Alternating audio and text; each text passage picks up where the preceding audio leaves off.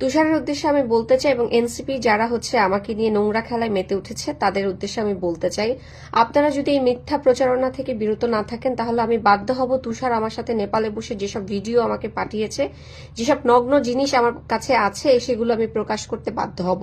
তখন কোথায় গিয়ে আপনারা প্রিটেন্ড করবেন আমি কিন্তু জানি না। আমি ওয়ার্ন করছি, আমি জনসম্মুখে চাই তুষার যেন আমাকে সরি বলে। এই যে আমি যা কিছু প্রকাশ করতেছি সেগুলো কিন্তু বানোয়াট কিছু না। তুষারে যদি ওখানে তার নাম ব্যবহার করতে নাই চাইতো, তার মনের মধ্যে যদি কোনো রকম শয়তানি চিন্তা নাই থাকতো, তাহলে ওখানে সবাই জানে, বাংলাদেশের ম্যাক্সিমাম মানুষ, যে human rights activist Rezaur Rahman Lenin, তিনি আমার বড় ভাইয়ের সমতুল্য। আমি তাকে সমস্ত কিছু শেয়ার করে, এবং আমার এই বিপদে শুধু ডিবির লোক না, এনসিপির লোক না, লেনিন ভাইও সেদিন উপস্থিত ছিলেন। তাহলে আমার গার্ডিয়ান হিসাবে যদি গার্ডিয়ানের নামই হয়, তাহলে লেনিন ভাইয়ের নামটা কেন দিল না? সেখানে সাদিয়া উপস্থিত ছিল, সাদিয়া নারী নেত্রী এনসিপির, তার নাম কেন দেওয়া হলো না?